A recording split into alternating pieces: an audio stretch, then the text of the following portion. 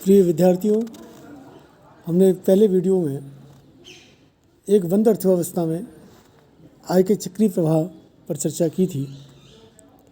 बंद अर्थव्यवस्था से तात्पर्य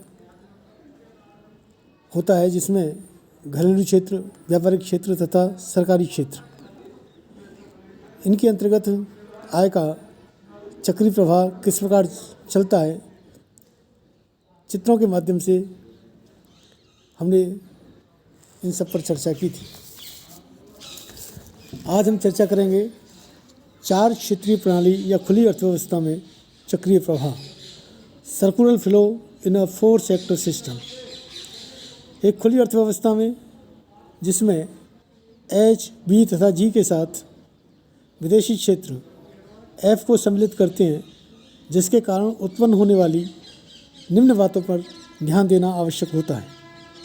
पहली बात है, अर्थव्यवस्था का सकल राष्ट्रीय उत्पाद का मूल्य आवश्यक रूप से घरेलू क्षेत्र, व्यापारिक क्षेत्र तथा सरकारी क्षेत्र द्वारा उत्पादित अंतिम वस्तुओं तथा सेवाओं के मूल्य के योग के बराबर नहीं होगा।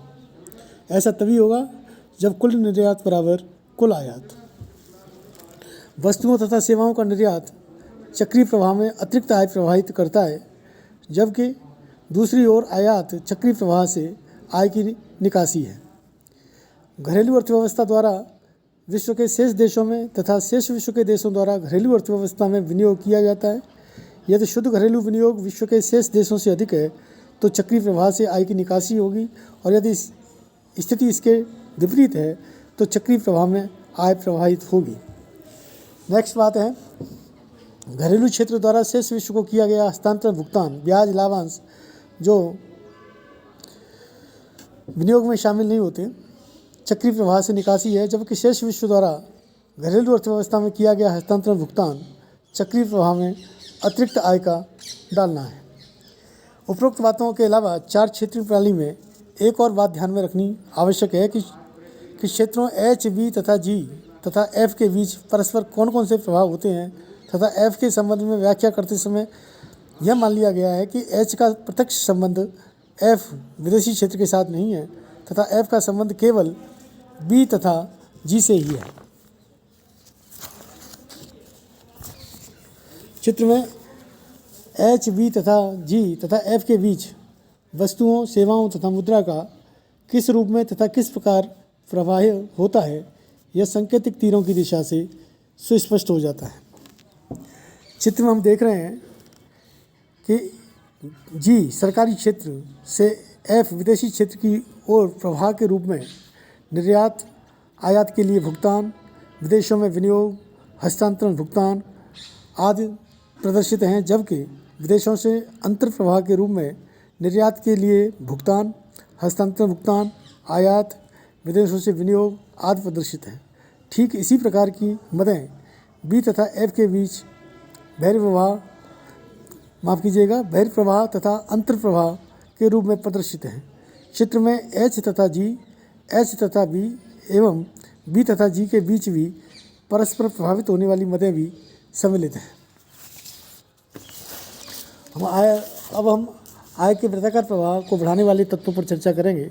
इनको एक तरह से इंजेक्शन कहते हैं। वृत्ताकार प्रवाह के अध्ययन में 3 प्रकार के जो इंजेक्शन हैं उनका विश्लेषण किया जाता है। पहला विनियोग, आई।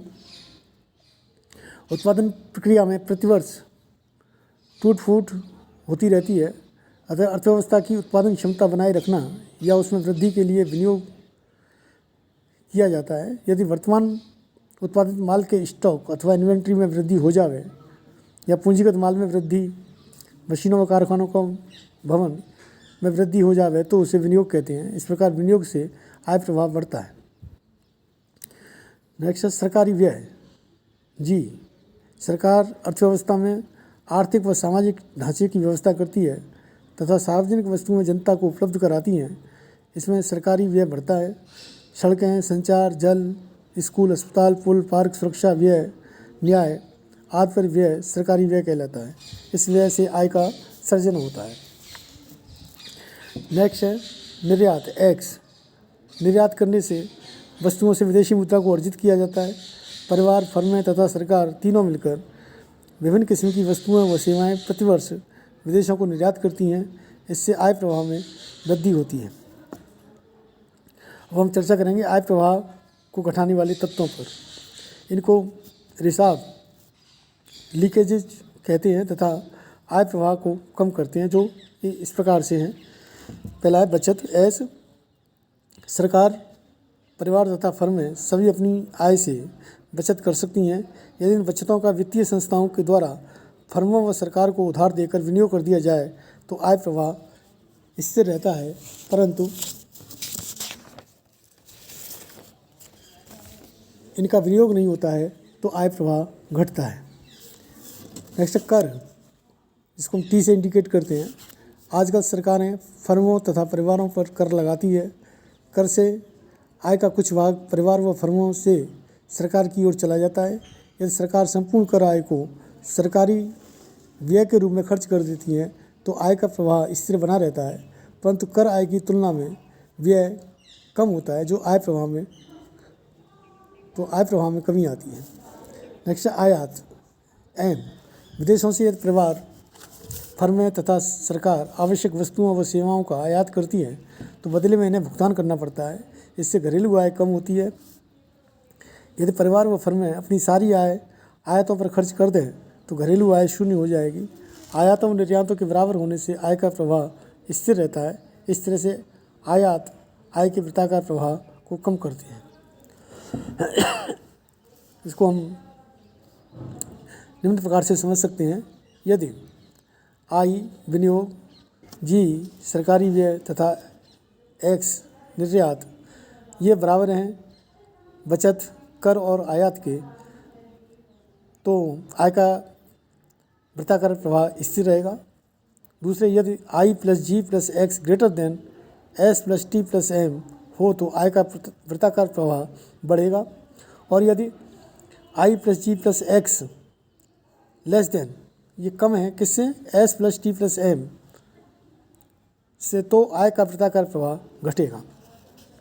इस प्रकार आय के वृत्ताकार प्रवाह की स्थिरता, वृद्धि व कमी अर्थव्यवस्था के रिसाव व इंजेक्शन घटकों की पारस्परिक शक्ति पर निर्भर करती है। धन्यवाद।